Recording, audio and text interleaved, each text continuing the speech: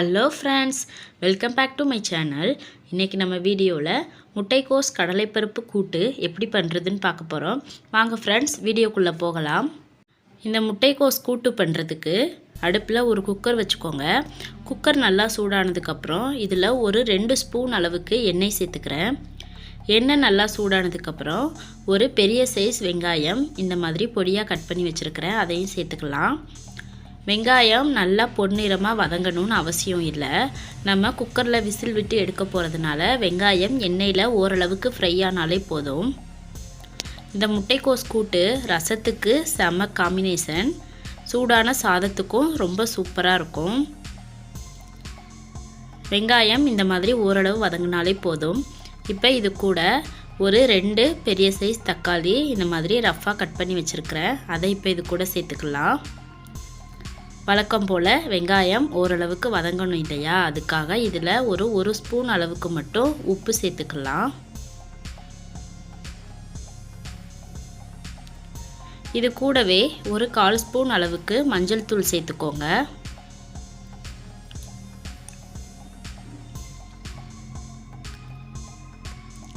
இப்போ இது எல்லாத்தையுமே நல்லா வதக்கி விட்டுக்கலாம். தக்காளி நல்லா மசிய வதங்கணும்னு இல்லை, ஓரளவுக்கு வதங்கினாலே போதும். இப்போ நான் முட்டைக்கோஸு நல்லா கட் பண்ணி வச்சுருக்கிறேன், அதை இது கூட சேர்த்துக்கலாம். ரொம்ப பொடியாக கட் பண்ணணும் இல்லை, இந்த மாதிரி கொஞ்சம் ரஃப்பாகவே கட் பண்ணாலே போதும். முட்டைக்கோஸ் சேர்த்ததுக்கப்புறம் இதை நல்லா வதக்கி விட்டுக்கலாம். இதை வதக்கி ஒரு 2 நிமிஷம் அடுப்பில் இருக்கட்டும். வெங்காயம் தக்காளி கூட முட்டைக்கோஸ் நல்லா வதக்கி விட்டுக்கலாம்.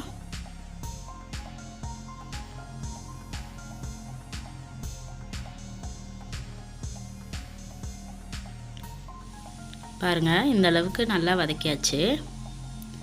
இப்போ இது ஒரு 2 நிமிஷம் அப்படியே அடுப்பில் இருக்கட்டும். நான் 1 டம்ளர் கடலைப்பருப்பு நல்லா அலசி எடுத்து வச்சுருக்கிறேன், அதை இது கூட சேர்த்துக்கிறேன். கடலைப்பருப்பு ஊற வைக்கணும்னு அவசியம் இல்லை, ஒரு அலசிட்டு இது கூட சேர்த்துக்கோங்க. இதையும் நல்லா முட்டைக்கோஸ் கூட மிக்ஸ் பண்ணி விட்டுக்கலாம். கடலைப்பருப்பு சேர்த்து முட்டைக்கோஸ் கூட்டு பண்ணுறப்ப அதோட டேஸ்ட்டு சூப்பராக இருக்கும். இப்போ இதுக்கு நம்ம ஒரு மசால் ரெடி பண்ணிக்கலாம்.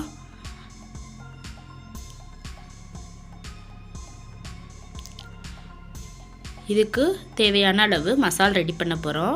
அதுக்கு ஒரு மிக்ஸி ஜார் எடுத்துகிட்டு இந்த மிக்ஸி ஜாரில் காரத்துக்காக ஒரு 5 பச்சை மிளகாய் சேர்த்துக்கோங்க. இது கூடவே ஒரு 10 பல் பூண்டு, ஒரு 1/4 முடி தேங்காய் இந்த மாதிரி கட் பண்ணி சேர்த்துக்கலாம். இது கூட ஒரு 1/2 ஸ்பூன் அளவுக்கு ஜீரகம் சேர்த்துக்கலாம். இப்போ இதை ரொம்ப ஃபைனாக அரைக்காமல் கொரப்பாக அரைச்சி எடுத்துக்கலாம். கொஞ்சமாக தண்ணி சேர்த்து கொரப்பாக இந்த மாதிரி அரைச்சி எடுத்தாச்சு. இப்போ இதை நம்ம முட்டைக்கோஸ் கூட அடுப்பில் சேர்த்துக்கலாம். தண்ணி ரொம்ப சேர்க்க வேண்டாம், மிக்ஸி ஜாரை கழுவி அந்த தண்ணியை மட்டும் சேர்த்துக்கோங்க.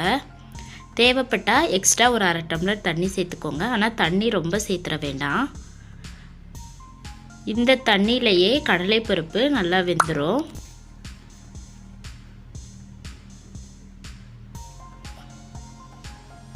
இப்போ தேங்காய் கலவை முட்டைக்கோஸ் கூட நல்லா பிரட்டி விட்டாச்சு. இப்போ குக்கர் மூடி போட்டு ஒரு 2 விசில் விட்டு எடுத்துக்கலாம்.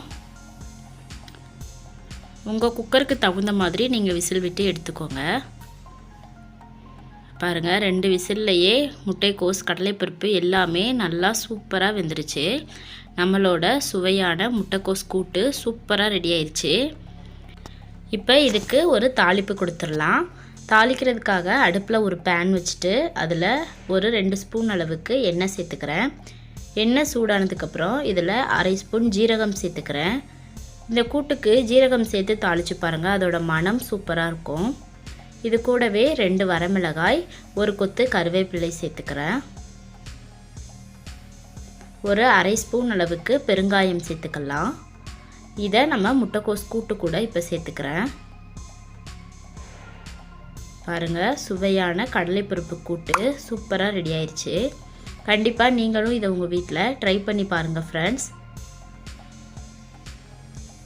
இந்த வீடியோ உங்களுக்கு பிடிச்சிருந்துச்சுன்னா லைக் பண்ணுங்கள், கமெண்ட் பண்ணுங்கள், ஷேர் பண்ணுங்கள். சப்ஸ்கிரைப் பண்ண மறந்துடாதீங்க ஃப்ரெண்ட்ஸ். அப்படியே பக்கத்தில் இருக்கிற பெல் பட்டனே கிளிக் பண்ணுங்கள். அப்போ தான் நான் போடுற வீடியோ உடனுக்குடனேயே உங்களுக்கு வந்து சேரும். தேங்க்யூ.